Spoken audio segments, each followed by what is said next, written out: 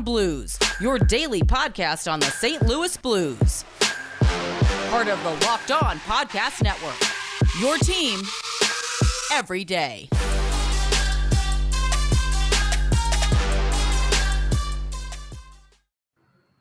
Ladies and gentlemen, welcome back to the Locked On Blues podcast, part of the Locked On Podcast Network, your team every day. I'm Thomas Welch. And I'm Josh Hyman.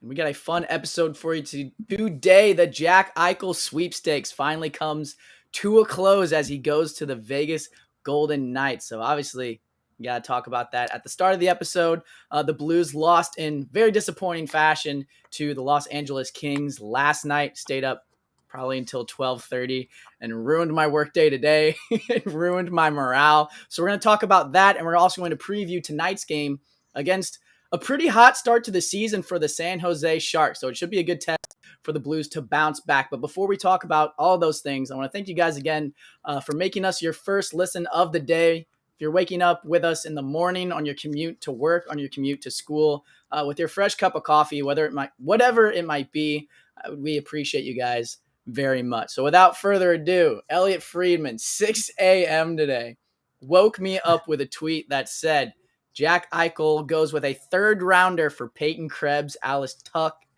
and a first in 2022 and a second 23. Jack Eichel is a Vegas Golden Knight. Josh, what were your immediate knee-jerk reactions to the end of the Jack Eichel saga? Well, my immediate reaction, which Greg kindly pointed out in chat, was I cannot wait to serve you your big hot steaming soup bowl of I told you so. No, just kidding. I'm just kidding. Obviously, even by the end of the podcast, there was a little bit in me was like, wait, maybe they will pull off a 3-team trade. You still cut out the middleman. Right. Maybe they will. Maybe Jack Eichel and Matthew Tkachuk will both end up on the Blues throughout all of this. Yeah, that'll happen. Yeah. No. So honestly, my initial first knee-jerk reaction was, darn it, that one tweet that I saw that mentioned the Blues going after Jack Eichel wasn't true. But then my second reaction was, that's it? And I think that's sort of because of the Matthew Tkachuk thing, which was proven to be completely false. Matthew Tkachuk was never part of a package, which means that maybe it was a little bit of a diversion tactic from, I think honestly it might have been the Sabres, trying to bring the price up, not the Flames. Oh, that's true. Because Monahan's name was thrown around too is crazy. Right. So the fact that I think they also get this return back, and it looks so much more underwhelming compared to the one that everyone had themselves convinced was going to be the return. Tkachuk, 3 firsts, the rights to the franchise, the arena, and the secondary Zamboni. When it turned out to be only Alex Tuch, Peyton Krebs, a first and a second, which is still, I think, a really good return considering the circumstances. I don't know. I think Vegas looks a lot better now. Their center depth was non-existent before this trade, and now not only do they have a center, they have a franchise center, something that I think is the most important thing to have on a hockey team. But from the Sabres perspective, they now have someone like I was talking about with Tkachuk, someone to sort of show that you at least got something. Alex Tuch is a great player, playing for his hometown team, wearing his potential favorite player's number. He's going to have all the motivation. He's someone who wants to be there, which for the Sabres is a little hard to come by. So I think both sides came out of this with a win, as much as they could have given the circumstances. Obviously, Vegas getting a guy like Eichel, it's hard to lose. And honestly, Buffalo trading a guy like Eichel, it was hard to win. But they did the best they could, I think, given the circumstances. But I'm not looking forward to playing Vegas and also having to worry about Jack Eichel on top of Mark Stone, Alex Pietrangelo, Max Pacioretty, whichever no-name expansion draft player is deciding to play like a 40-goal scorer that given night for them. They're going to be a handful to deal with. Yeah, so I have a lot of things running through my mind right now, so I'm going to try to straighten all of them out in a line for you. First of all, I think if we're going to compare this to a football scenario, I feel like the Vegas Golden Knights are really similar to the Los Angeles Rams, honestly. Not the St. Louis Rams, because the they loved to tank while they were here to try and get to LA. But the second they were in LA, traded for the 1 overall pick and Jared Goff, traded for Sammy Watkins, I believe. Brandon Cooks was in there. They just got Von Miller. They got Jalen Ramsey. So I feel like they're doing everything they can to win now. I think Vegas Golden Knights, I mean, obviously they've had 4 first-round picks, I believe, in their franchise history, and they're all gone now because they traded them for players that can help them win immediately. And I think the roster that they put together with, like you said, Alex Pietrangelo, Stone, I do think Chandler Stevenson is a little bit underrated. I don't think he's a number 1 center, and that's why they went out and got Jack Eichel. But I think he'll probably look even better now that he's not right. He's a solid. To play above his role. He's probably a fringe second liner and a solid third liner. So yeah, like you said, you move him down, he looks a lot better than a first liner. So Vegas is going to be dangerous, and I think, like you were talking about, that number 1 center is so important. And not only is it so important, I think it was the only thing holding them back from going all the way to the Stanley Cup and winning a Stanley Cup potentially. So I think I talked about Vegas being. I think my prediction at the beginning of the season was the Vegas Golden Knights to win the Stanley Cup, and I'm feeling pretty good about it right now, to be honest. Yeah. And Brendan brings up a good point in chat. What's the salary cap like in Vegas now? I believe I saw some tweet where they have like $71 million committed to 11 players, which is like means they have like $10 million left to sign 50 guys to fill out the rest of the NHL and AHL roster. Obviously, that's a little bit of an exaggeration, but getting a little testy. And I love that they interviewed the GM, Kelly McCrin. I don't remember his last name. Kelly, my guy Kelly. They interviewed him, and he basically said, "Oh, if and when the salary cap becomes a problem, I'll deal with it then." That's like me looking at a 10-page essay I have due on Sunday today and being like, if and when that essay becomes a problem, I'll worry. It's like Doug about Armstrong and the Oscar Sundquist scenario on a much bigger scale. Yeah. He's basically saying like that's a future Kelly problem. Right now we are stacking it up, but definitely a Vegas style play going all in early on in their franchise, because this could absolutely blow up in their faces if they don't have success, and then a couple of years from now they're looking at some difficult salary cap decisions and no prospect depth. But I don't think that's what's going to happen, just given their ruthlessness and willingness to trade anyone and everyone to retool their team. I think whenever they need to move cap space, they're just going to trade their best player for another really good player, because that's all they've been doing and it's been working. Well, here's something also to kind of keep in mind here. Obviously, there was a huge uproar last year with the Stanley Cup, a little bit of cap issues, right? The timetable, Jack Eichel's return, I think it's like 3 or 4 months, maybe 5 months, something like that. But it lines up perfectly with the start of the NHL playoffs. So, and if you guys remember correctly, Olympics, though. I don't think that's going to happen. That's just wishful thinking. I saw a tweet that said the playoffs. So I don't like how if it lines up perfectly for the playoffs and he comes back and what a coincidence. The cap doesn't matter and he can play. That's kind of I feel like if that happens 2 years in a row and they go on to win the Stanley Cup, the league has to they got to step in at some point, right? Can you imagine?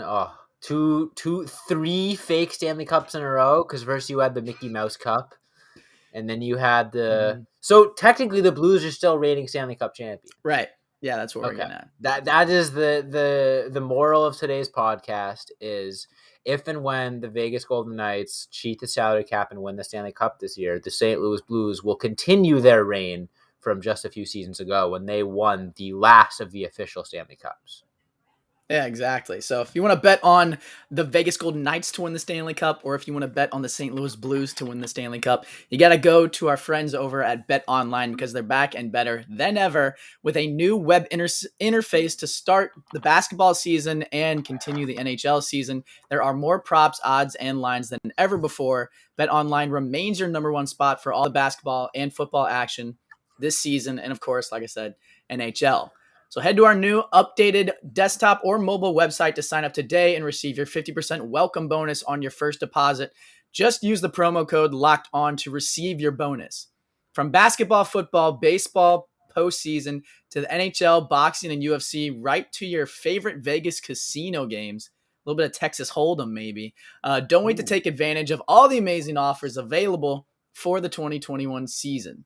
BetOnline is the fastest and easiest way to bet on all your favorite sports. At BetOnline, where the game starts. When we come back, we're going to recap St. Louis Blues demoralizing. Maybe that's a little bit too strong. Agonizing for me. Agonizing loss against the Los Angeles Kings.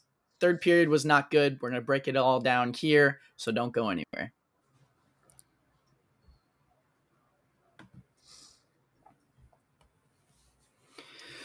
All right. Oh, God. All right, Josh. So I wanted to push it off as long as possible, but the Blues played on prime time. You got TNT, which, by the way, round of applause for TNT because I think this is the best. This is the best hockey has ever looked. Even with ESPN, like ESPN's fun, but TNT is doing just an insane job right now. And I think it's because they're taking a lot of aspects of what makes them so successful in basketball and bringing it into the NHL sphere. I mean, Biz is tearing it up there. Everybody looks like they're doing their part to not only make it informative and statistics and bringing out like actual analytics kind of, and NBC did a good job of that, but they were so vanilla and they were so dry, and it doesn't feel like TNT is ever dry. I mean, they've had a birthday cake on for the dude. Yeah, so I feel like they always keep it entertaining. I feel like the biggest aspect is the way that they approach basketball. It's a package, right? You're not just sitting down to watch 48 minutes of basketball. You're sitting down to watch 48 minutes of basketball and then the 30-minute pregame show and the 15-minute halftime show. There's aspects other than the sport itself to get people to watch, and NBC never really had that for hockey. But this year, I don't find myself flipping the channel during intermission or being like, oh, 7:09. Game was supposed to start at 7. I guess I'll tune into the Blues. I'm watching the pre-games. I'm watching the intermission shows because I want to see if they pull some shenanigans like putting Charles Barkley in goalie gear again. That was hilarious. That was great. And I feel like I finally have a reason to watch hockey other than just hockey, which sounds a little redundant, but I think that's important because that's how you get people who have maybe never even watched the sport before or have just watched it casually. They're flipping through channels. All of a sudden they land on TNT and they see Charles Barkley in goalie gear. They'd be like, maybe this hockey thing's kind of cool. And the next thing you know, they watch a few minutes of it and they're hooked. So it's great for the sport. And it was so much fun to watch the Blues on TNT. The game itself was honestly probably the worst part of that whole presentation. That's a lot to say too, because I feel like maybe not the second half of the second period, but I feel like for the most part, the first two periods, the Blues were playing out of their mind. And obviously Jonathan Quick is an absurd goalie, and he's got every resume you would want as your starter in net. But I thought the Blues were playing fantastic in terms of possession, which is their game. I mean, they kind of play like Barcelona at their best. Like it's just keep away all day and they grind you down, wear you down. Next thing you know, you're looking at a 3-goal deficit and you can't crawl out of it. But Jonathan Quick kept them in the game. Felt like once the third period hit, they just looked like a completely different team. Like, I think Biz was talking about it on the broadcast. Like the first two periods, the Kings could not win a puck battle to save their life. And like every time they try to get in the zone, the Blues defense would just cycle it back out and get another rush and possession and like dump and change and sustain pressure in their offensive zone. And as soon as the third period hit, it was like it just completely flipped on its head and the Blues looked gassed. I don't know if it was jet lag or what, but it just looked like a completely different team. Next thing you know, it's 2-1. The Blues got to try to crawl back. Got a last-second goal by Torrey Krug, but then shots were 8-0 in OT and the shootout. I mean, shootouts are always a toss-up, and would I've liked to see Benner play a little bit better in the shootout? Yes. Am I concerned about him in the shootout? No. He's shown time and time again, and we don't even get to the shootout without Bennington. So there was a lot to take away from there, but at the end of the day, you got to finish out games. We always talk about that with this Blues team. You got to play a full 3 periods, a full 60, and unfortunately for everyone that stayed up to watch the entire thing, they did not. Look, I'm not going to disagree with you, but I do want to point out the simple fact that one tiny little bounce goes differently in either overtime or the shootout, and the entire tone of this conversation is different. It's 1 point different in the standings, and every positive aspect from the the part of the game that matters, aka the 60 minutes of 5-on-5 hockey, and maybe you could argue 3-on-3. That is still what we're sort of taking away. Obviously, the loss is unfortunate, but if it was a win, we'd be looking at this from a little bit more of a positive outlook. And I think the positives you can take out of this were the Blues continue to find a way to stay in games that they don't deserve to win. What was the one common theme of that cup run that we talked about even before we had this podcast? I can just think of conversations that you and I had as Blues fans saying, man, the Blues are sure winning a bunch of games they don't deserve to win. Now, they didn't win last night, but they didn't deserve a point they either. Sure they as heck one. did not deserve a point, and they got one. So That's as much as the loss is unfortunate, the fact that they looked as bad as they did in the third period and didn't lose like 5-1 is impressive in its own right. JTAP says Krug has been great. Torrey Krug had his best game as a member of the St. Louis Blues last night, without a doubt. He looked like the best player on the ice at times, which is more than I could have expected out of him. Even when he looked like Stanley Cup Torrey Krug. And why I hated him so much before he came to the Blues. Yep, absolutely. And Brandon, I don't want to try. Brendan Schlechter. I'm so sorry. Yeah, I'm gonna stop. I'm gonna stop trying. I'm gonna keep butchering it. Says Brandon's a good guy. I love Brandon, but not one in the shootout. That's okay. Robin Lehner has like 0 career shootout saves in his life, and he's still a really good goaltender. I will also say, I think the point that I want to make about his shootout too is, if you remember in the Stanley Cup run, right? One of the stats that I love bringing out about Binner is, and why he was so impressive, is it felt like he had ice in his veins and he wasn't nervous, obviously, right?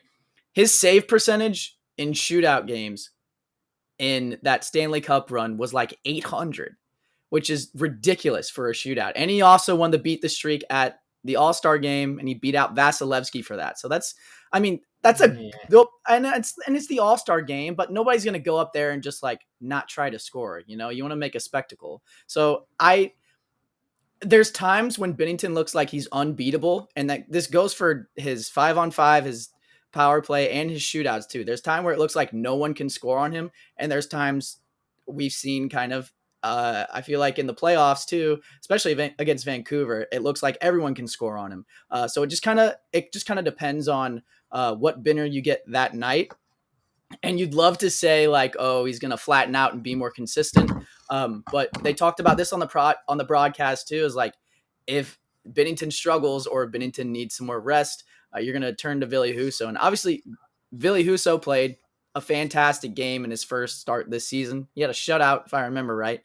But we haven't seen him since then. He's in COVID protocol right now. We might see Hofer tonight. I still don't know the update on that. Do we don't know. Okay. I'm not sure yet. I haven't checked the tweets since we started the pod, so it might be out now. But I think that is a big point of emphasis of some of these playoffs teams.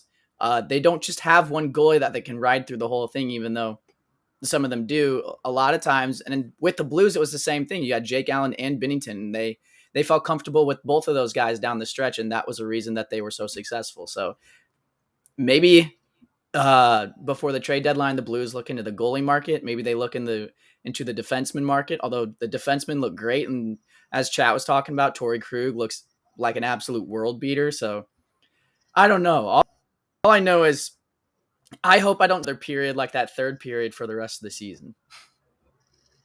Yeah, I agree. I don't know. I think you need games like that to grow as a team, because when it's a playoff game and you're coming out of a second period and you're looking like a dominant team, but it's still a close game, you can say, hey, remember week 2, week 3 in LA when we had that lead and it looked just like this and the wheels fell off and we lost in a shootout? Don't do that right now. It's part of the growing pains of a hockey season, and they're inevitable. Every single team, the Tampa Bay Lightning did that exact same thing multiple times last year. It's part of the process. They did it for a full series against the Blue Jackets. Right, exactly. So. And the fact that the growing pains the Blues are having this year are kind of so few and far between and are as easy to digest as, oh darn, we almost won in a shootout. It's a good sign so far. Obviously, I wish they were 8-0 right now and still blowing teams out of the water. But the fact that these are the problems we have to deal with early are a good sign for this team. And here's the problem that I'm going to look at tonight, because Jeremy Rutherford, I think, was tweeting about it a couple times last night. I think dating back to the Colorado game, so the last 2 games for the St. Louis Blues, they've scored 0 goals at 5-on-5 and 2 goals on the power play. So obviously, I mean, we scored 5 seconds into the power play against the Kings. So the power play looks like it's firing on all cylinders. The penalty kill looks amazing. The additions of Buchnevich and Saad have been top tier. Binnington's doing his thing in net. You're going to hold it down from every facet on special teams. But one of the biggest things that was drilled home for this team, and one of the reasons that I feel like they won the Stanley Cup, because Boston, by every regard, had a much better power play in that series than the St. Louis Blues. But the Blues stayed out of the box. They stayed disciplined. And that was kind of in games where they didn't stay out of the box, it was not even close. The Bruins blew them out of the water, and it's because of that special teams. So for the team right now to kind of be struggling at 5-on-5, I think it's good to be struggling this early on, but it is curious that of all things for this team to struggle on is one of the things that they've been so good at for so long. Yeah. But I think that the flip side of that is it goes back to something that I've been echoing a lot throughout the past few episodes. And it's that at certain points throughout a season, different elements of your team are going to be going or they're not going to be going. Sometimes you're going to look like the best team ever 5-on-5, and then all of a sudden the power play starts and you can't do anything with it. We've seen that out of the Blues time and time again. Some days your offense is going to look unbeatable and your defense is going to look like a bunch of traffic cones out there. And then all of a sudden the next day you got 6 defenders that look like Erik Karlsson in his prime and a forward core that couldn't hit water if they fell out of a boat. It's gonna shift so much. And 5-on-5 play is something that's been very volatile for the Blues in the past, and is volatile for every team. So I think like you said, there are going to be times when the 5-on-5 struggles, and they have to hopefully have a good enough power play to bounce back from that, and they have so far. But also I think, like you said, 5-on-5 has been the most consistent part of the Blues' success. So the fact that when it inevitably does go cold, they're still able to hang in games is good, because if your best feature is playing as poorly as they are in the past 2 games and they didn't lose 5-1 in both of those games, what's it going to look like when the 5v5 play starts to get better? So that's a good point, Josh. That's a very good point. So it feels like we're kind of building up right now to everyone's favorite segment. So when we come back from a word from our sponsors, we are going to take our picks for tonight's Locked On Players of the Game against the San Jose Sharks. I think the Sharks have a lot of people out with COVID, so it should be an interesting game because the Blues are missing their captain. But like I said, word from our sponsors, don't go anywhere.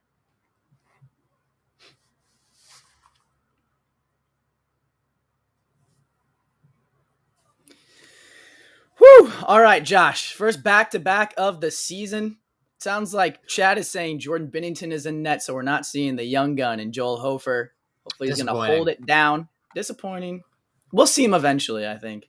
Maybe this season, maybe not this season, but I think he's going to be a stud. But the Blues play San Jose Sharks tonight. Little West Coast action, little West Coast road trip.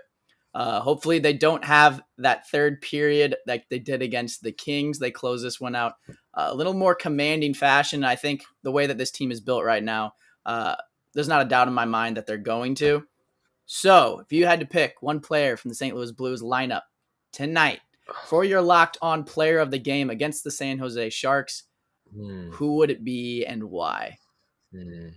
That's a good question. Because part of me wants to give the most annoying answer ever and be like, my pick for the Locked On Player of the Game is the whole team. And part of the reason I say, okay, no, but hear me out. Part of the reason I say that Everyone. is even the fans. Yeah. No, but just saw something else that said Hofer was starting. So maybe Oh, Hofer will start. Who knows? maybe it's anybody. But I'll ever check real since the fast. hand pass game, there has been no team that the Blues have looked better against than the San Jose Sharks, and that's why I'm excited. I used to have a running stat counter of the Blues statistics every time they played against the Sharks since the hand pass game, but they're like 9-1 and like outscoring them 25-6. So I'm expecting the Blues to look really, really strong tonight. They really like to beat up on the Sharks, but they also match up against them as well. And it said it's Hofer according to lineups on NHL.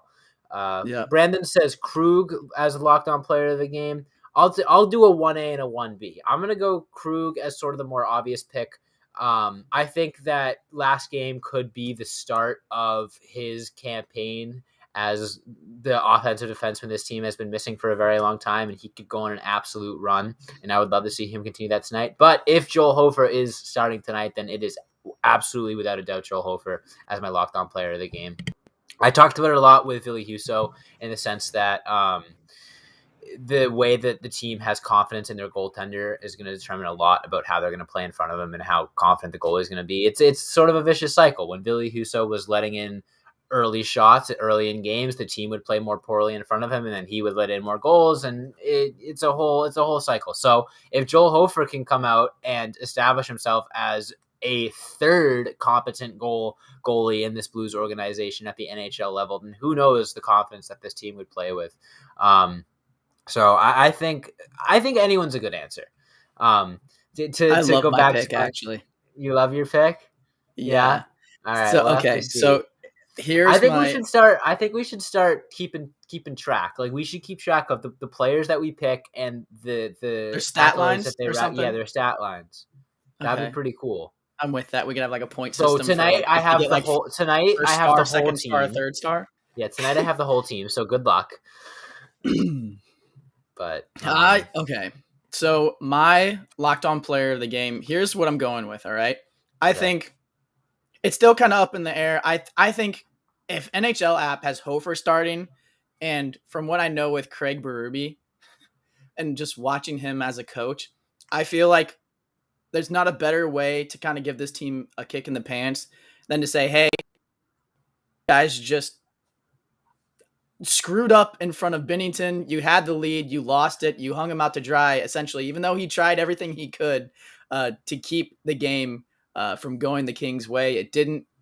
And we crawled back, but didn't get him the win. So he's getting the night off. We're sending in a young guy so that you guys have to hold yourselves accountable defensively and have to provide some offense in the offensive zone and give him some goal support. So I think he'll start.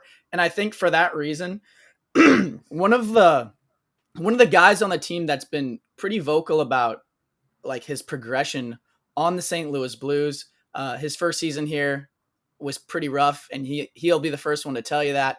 But he's slowly but surely kind of molded himself into an offensive threat and a physical body in the defensive zone. He's clearing the crease. He's hitting people. He's staying defensively sound. And as much as I would love to say that Colton Parayko is the clear-cut divide for the next number one defenseman for the St. Louis Blues, I think Justin Falk might be giving him a run for his money. So for that reason, because of the leadership that he that aura of leadership that he has around him, I think if anyone's going to step it up in front of a goalie making his NHL debut, defensively, it's going to be Justin Falk. So I'm going to pick him as my locked on player of the game. I like that a lot. I mean, I think there are a couple of guys that are. I think we said a lot at the beginning of the season. There are a group of guys where you know what you're getting every single night out of them, and that's why they're. I guess you could say a safe pick for locked on player of the game. You know, the Ryan O'Reillys of the world, even the Jordan Binningtons of the world. But what's even more impressive. What's more impressive is there are some guys that have taken themselves from a dark horse and turned into, every single night this guy's going to be a stud. And Justin Falk has turned into one of those guys where he's started sort of the number that every time you see number 72 on the ice, you're like, something fun might happen now. And he's slowly sort of establishing himself, like you said, as a core piece for this team. And for that reason, I think that's a great pick. I'm really, really excited to see him and Krug continue to become more comfortable, because if those two can reach a tier where they're elite, dangerous defensemen, this team is terrifying.